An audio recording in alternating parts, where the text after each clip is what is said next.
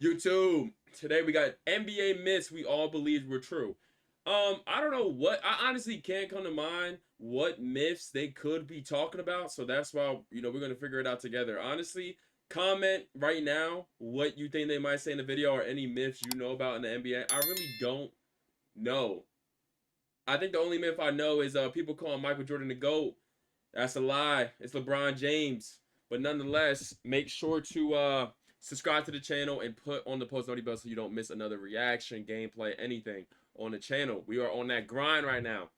And yeah, man, let's go ahead and see NBA myths we all The believe only were thing true. more exhilarating than being a kid at an NBA game behind the basket distracting the other team from making free throws is being a grown man behind the basket I've seen that dude before at the distracting the other Sixers team from games. making free throws. Sit in this section at any basketball Comment game, if you've been and to there if you ever is been to no an NBA end game. to the effort home teams and their fans will make to try to get the opposing team to miss a few shots at the charity stripe. Big Baby Fans with Davis. signs, fans dousing themselves in paint and insane outfits. Those dreadfully loud thunder sticks they hand out before the game. Mascots themselves getting in on the action.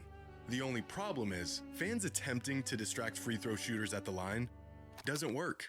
Like, at all. Over the years, researchers have done numerous studies into this topic and found that distracting free throw shooters essentially has no effect on the results of their shot. Really? When comparing free throw shooting of teams playing at home versus away, a negligible difference was found in free throw percentage. Over the last 25 seasons, home teams have shot just 0.2% better from the line compared to visiting teams. What? Suggesting that efforts made by fans of the home team have no effect on performance, and that even the 0.2% discrepancy was due to other factors. Years ago, sports science conducted an experiment testing this theory, how or if fan distraction affects the shooting efficiency of players at the line. And they tried everything, and they came back with the same results. It does not. Despite the effort, fans attempting to distract bro, okay, this may make sense. Obviously, this won't happen in the NBA game, but bro, if you're telling me you just got some hoes, you got some naked people. Now, it ain't even gotta be girls, bro. But if you got some naked people up in the front row, best believe homie is missing that free throw, bro. There's no way in hell he's making a free throw, seeing some, you know what I'm saying? Like, that's the only way I can see this study, being debunked or whatever. Players at the line virtually doesn't affect their performance at all. You don't like going to them? How come? There is a different like way NBA games fans can are like cool. It's more of a vibe, free throw bro. shooting throughout NBA going in games, person is more of a vibe. and that is by not going to the games. After years of attempting to create controlled environments for these studies, researchers were given the perfect sample on the effects of fan interaction and player performance due to COVID and social distancing back in 2020 and 2021, where the NBA had a season and a half of games featuring 0 fans. And after gathering the data, researchers found that free throw percentage jumped up by 3 to 4% without fans in attendance across the NBA, from about 76% to 79%, a percentage that fell back down to the long. So wait, spectator less games, 79%. 2020 same teams, 2019 standing league. So it's not much of a difference. 75% once fans were brought back into attendance the following season. In fact, their data showed that having fans in attendance affected home teams equally as much as away teams.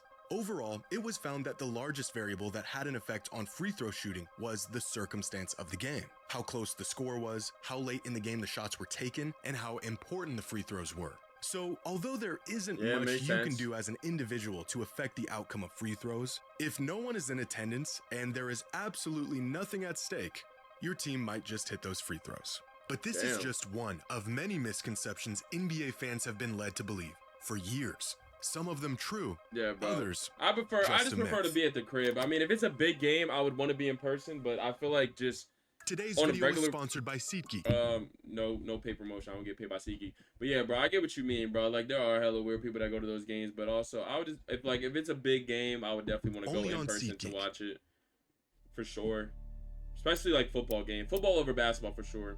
The hot hand. On December 26, 2020, during a Warriors practice, Steph Curry pulled off a nearly impossible feat. Over the course of 5 minutes, Steph hit 105 consecutive three-point shots.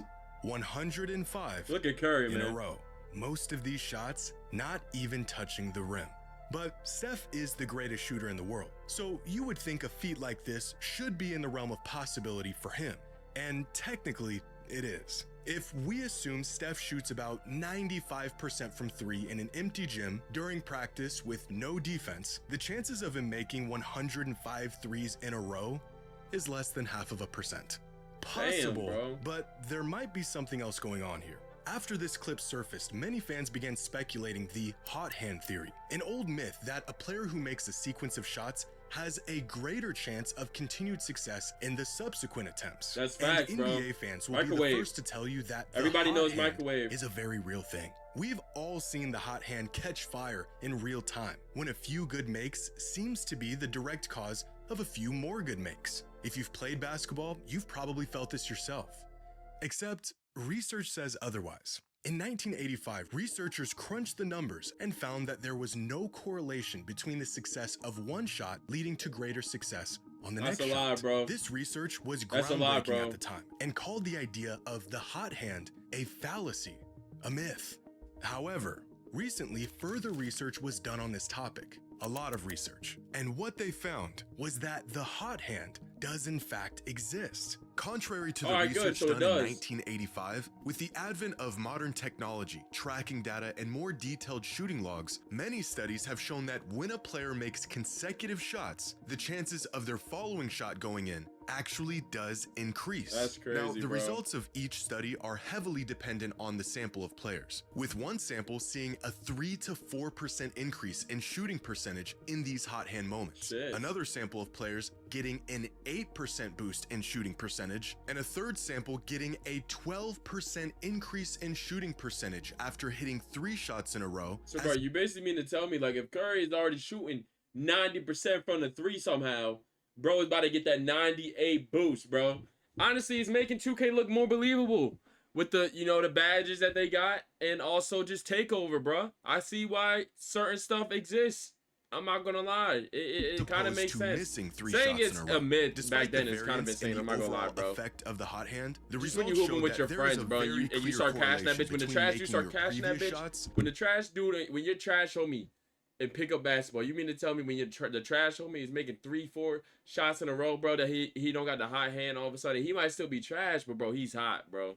And nothing is stopping that ball from going in. You know what I'm saying? The expected outcome of your next shot. But in 2022, researchers at the University of Pittsburgh took this one step further by not just studying the shooting habits of players at practice in controlled environments, but actually gathering data from live games. After analyzing 170,000 field goal attempts in NBA games from the 2014 and 2015 seasons, pulling from play-by-play logs and player tracking, and comparing expected results against actual outcomes, they found that the hot hand was not only real, it had dramatic effects on the performance of certain players. Specifically, 30 players showed a statistically significant hot hand effect. After hitting 2 shots in a row, these players were 2.7% more likely to hit the third. After 3 straight makes, the boost grew to 4.4%. And after 4 straight makes, the likelihood of hitting the next shot jumped by nearly 6%. That's crazy, Their data bro. also showed that the hot hand is not a constant around the league, but instead varies from player to player, suggesting that it's not about how good of a shooter they are or how well they can score, but rather how each player reacts psychologically after making or missing a shot. A phenomenon that was dismissed for decades, but those who've played basketball knew all along was a real thing. In general, research shows that the success of previous shot attempts does in fact increase the chances of success in the following attempts, proving the existence of the hot hand. 10 years ago, Klay Thompson set an NBA record by scoring 37 points, right? 37 points in a quarter. Even crazier is that he shot a perfect 13 for 13 from the field, 9 for 9 from 3, and hit both of his free throws. 37 points, 1 quarter, not a single miss. Based off of his shooting splits from that season, the chances of him pulling this off were about 0.002%. So either Klay Thompson was the luckiest man alive on that night, or his hands were on fire. That was crazy, bro. I remember when Klay did that shit. Let's see what the next myth is. A league full of giants. All right, let's see. This is 14-year-old Jeremy Gohi, one of the highest-ranked basketball prospects in the world in the class of 2028. Lately, Jeremy's name has received some extra buzz for his recent performances and the accelerated progression his game has seen over the last year. But there's one quality in particular that makes Jeremy one of the most unique prospects in the world. The fact that he is 7 feet 6 inches tall. What? A 14-year-old At 14? running around with kids half his size. And with each passing year, it seems that these larger-than-life prospects are becoming more and more common. Every other week, a new name popping up with a height next to it that looks like a typo. And many of these prospects aren't playing a traditional back-to-the-basket big man role. They're facing up, running in transition, and using skills that you would usually associate with wings, smaller players, and perimeter guys, which has led some fans to believe that at this rate, the NBA will one day be exclusively full of mega giants at every position in possession of skills they have no I'm not gonna business lie. having. But That's gonna be whack. I highly doubt the it. NBA is heading This towards definitely being a gotta be a league myth. full of Victor Wembanyama's is a myth. Yeah, bro. At least for the 100% a myth. foreseeable future. Finding players over 7 feet, let alone 7'6", with the tools to become serviceable NBA players is as rare today as it's ever been. In fact, finding 7-footers who can stay in the league at all is a difficult task. In 1990, 10.2% of all players in the league were at least 7 feet tall. And up until about 2010, could you imagine about 10% a bunch of Wembies running around in the league? That would actually be nasty.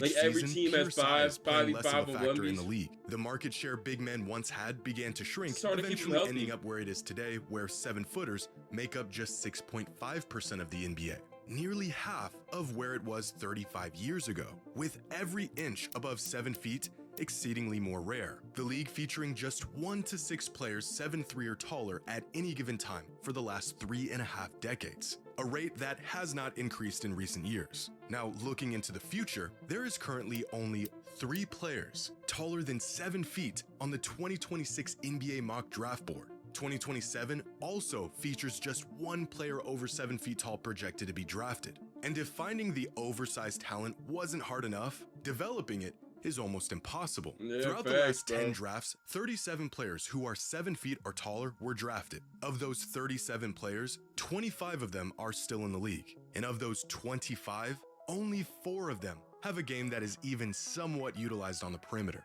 But this list includes every 7-foot draftee in the entire league. If we exclude players under 7'2", then a decade worth of supersized big man talent gets reduced to just 4 players. Now, at the moment, there are 339 players who are currently listed as NBA prospects through 2027. These are players who are either being scouted by teams across the league or have NBA potential according to analysts. Of these 339 players around the world, only 6 of them are at least 7'2".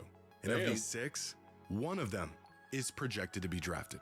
Regardless of what you see online, players with this size, let alone guard skills, are still extremely rare. And so this is why, bro. So this is what I'm getting from this. So he's saying, bro, the height of these 7'3" plus players, right?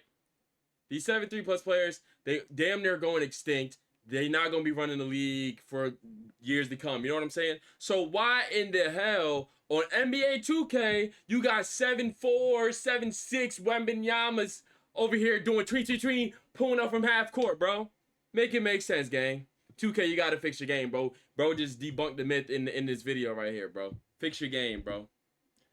Yo, Potato. What good, bro? In the NBA prospect What's up with you, gang? How we doing? How we living? No, the NBA will not. I had you tabbed up yesterday, bro. Couldn't really chat much. I had a shit ton of editing to do. It was actually nuts. But I had you tabbed up though. How's the stream yesterday? The whole entire point of sports is to win. That is the ultimate goal of every player, every team, anyone who's ever competed in a sport. And yet, in the NBA, teams are incentivized to lose. Well, not all of them, just the bad ones. Since the inception of the NBA draft lottery in 1985, tanking has been a common strategy to land top draft picks and potentially climb your way out of NBA irrelevance. If you're having a bad season, might as well make it a little bit worse to better your odds at getting a top pick in the draft. But the validity of tanking and if it actually works long term is still a topic of debate. Does blowing up an entire season or two really increase the chances of a team winning more games and contending for a title in the future? Well, this shouldn't even be a question because this myth is true. Tanking for top draft picks is not only extremely effective, it is the fastest way out of the pits of NBA standings. Between 1966 and 1984, the team with the worst record in the league had a 50% chance of landing with the top pick. A coin toss. Like a literal coin toss. No way they used to and do the team coin with the toss second back worst in the day, record. bro. But teams took advantage of this. So over the years, those odds have decreased drastically to where they are today, where the 3 teams with the worst records in the league each have a 14% chance of getting the first overall pick. 1 in 7 odds. Odds that are so slim that it shouldn't be worth throwing a whole season away for. Yeah. And yet, the worst teams in the league continue to take those odds year after year. Because it works. From 2000 to 2020, the teams that landed with the #1 overall pick in the draft averaged just 34.8 wins per season in the 3 seasons leading up to their tanking season. Then, of course, most of them tanked for that #1 pick, averaging just 25 wins out of 82 games is actually but then they bounced back, bro. averaging nearly 41 wins in the 5 seasons following their #1 pick. A nearly 15% increase in wins from before winning the draft lottery to after winning it. But this boost in success doesn't just apply to teams who won the draft lottery, because here are the average records for teams who landed with the 2nd and 3rd overall pick in the draft. Teams who also saw a notable boost in wins after landing a top pick. In fact, on average, teams won 5 more regular season games per season in the 5 years following a top 3 pick in the draft. That's a crazy stat. Where the real difference comes in is the playoffs, where teams who won the #1 overall pick in the draft lottery averaged just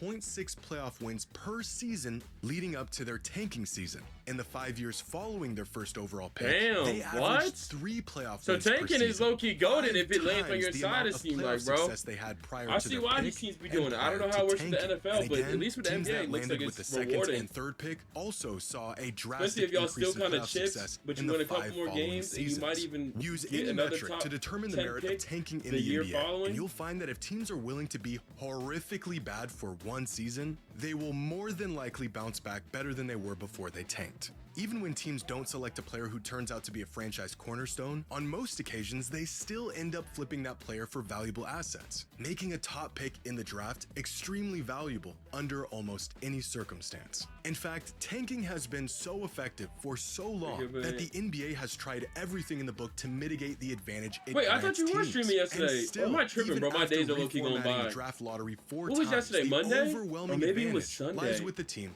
who is willing to be horrifically bad. It must have been Sunday Now, then, because the bro, I catch saw here you on is some that game. It very started with a rarely, T. I if forget what it ever, was. Does I could have tanking swore it lead was to a yesterday. championship? The reason for this being that chronic losing usually happens within dysfunctional organizations, which then pushes these bad organizations to tank, which then leads them to getting top-end talent that never gets developed, utilized properly, or built around because the organization is bad, which inevitably leads to more tanking. So if a team's goal is to win a championship, well, they're probably not in a position to tank in the first place. But if they just don't want to be an NBA bottom feeder anymore, then tanking is unfortunately an incredibly viable option. I think that's it. All right, man. I think we learned a thing or two. I feel like most of the stuff we kind of already knew. Out of the facts, I feel like, I mean, the 7-foot one was pretty cool to know, but bro, the high hand, we already know that's true, bro. You just know that from just classic playing ball at the courts. And then, I mean, the lottery pick, that was kind of cool to know that, like, it genuinely does have an effect. So if your team is bunions, you honestly want them to tank. Forget trying to fight for that, playoff spot. But nonetheless, man, hope you guys enjoyed another video. And I will catch y'all in the next one.